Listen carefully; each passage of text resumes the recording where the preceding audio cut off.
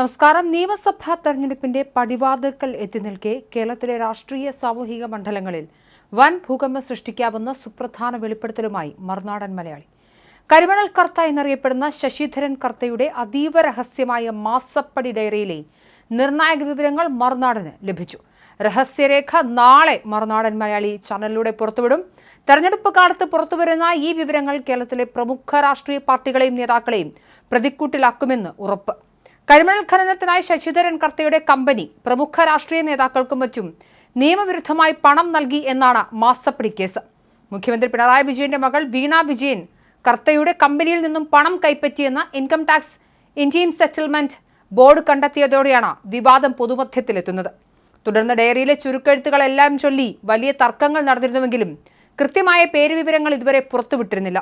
ഡയറിയിലെ വിവരങ്ങൾ പുറത്തു വന്നതിന് പിന്നാലെ വലിയ ചർച്ചകളാണ് നടന്നത്. ഡയറിയിൽ സൂചിപ്പിച്ചിരിക്കുന്ന ചുരുക്കെഴുത്തുകൾ പ്രമുഖ രാഷ്ട്രീയ നേതാക്കളുടേതാണെന്ന ആരോപണം ഉയർന്നിരുന്നു.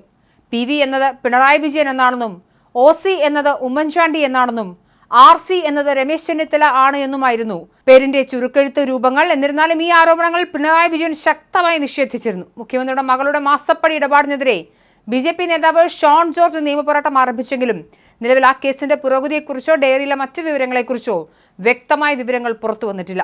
ഡയറിയിലെ യഥാർത്ഥ വിവരങ്ങൾ അതീവ ഗൗരവകരമാണ്. അത് പുറത്തു വരാതിരിക്കാൻ പല സ്ഥാപിത താൽപ്പര്യക്കാരും പ്രവർത്തിക്കുന്നുണ്ട്. ശശിധരൻ കർത്തയുടെ മാസപ്പടി പട്ടികയിൽ ഉൾപ്പെടാത്തവരായി ആരും തന്നെ ഇല്ല എന്നതാണ് വാസ്തവം. കർത്തയുടെ പണം പറ്റാത്തവരായി ആരും തന്നെ ഇല്ല എന്നാണ് പുറത്തുവരുന്ന സൂചനകൾ.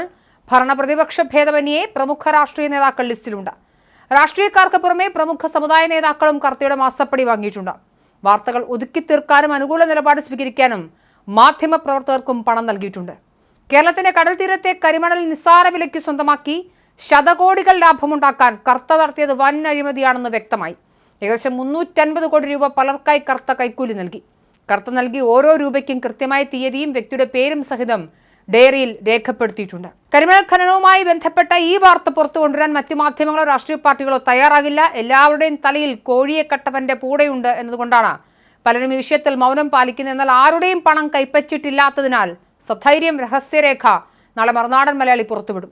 ലഭിച്ച ഡയറിയിലെ വിവരങ്ങളുടെ ആധികാരികത പരിശോധിക്കാനും നിയമപരമായ തടസ്സങ്ങൾ ഒഴിവാക്കാനുമായി മറുനാടൻ നിലവിൽ നിയമോപദേശം തേടിയിരിക്കുകയാണ്. നിയമോപദേശം ലഭിച്ചാലുടൻ അതീവ ജാഗ്രതയോടെ ഓരോ പേരുകളും തെളിവും സഹിതം പുറത്തുവിടും.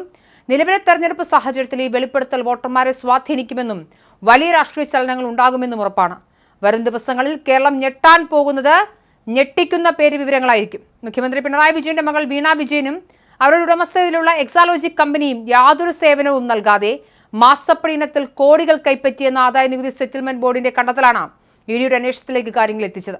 വീണ വിജയനും എക്സാലോജിക് കമ്പനിക്കും നൽകാത്ത സേവനത്തിന്റെ പേരിൽ CMRL കമ്പനി 1.72 കോടി രൂപ നൽകിയെന്നാണ് സെറ്റിൽമെന്റ് ബോർഡ് കണ്ടെത്തൽ. ഈ തുകയ്ക്ക് പുറമെ വായ്പ എന്ന പേരിൽ ഏകദേശം 1/2 കോടി രൂപയോളം അധികമായി നൽകിയിട്ടുണ്ട്. ഇല്ലാത്ത സേവനത്തിന് പണം കൈപ്പറ്റുന്നത് കള്ളപ്പണം വെളുപ്പിക്കൽ നിരോധന നിയമത്തിന്റെ പരിധിയിൽ വരുമെന്നും ED വിലയിരുത്തിയിരുന്നു.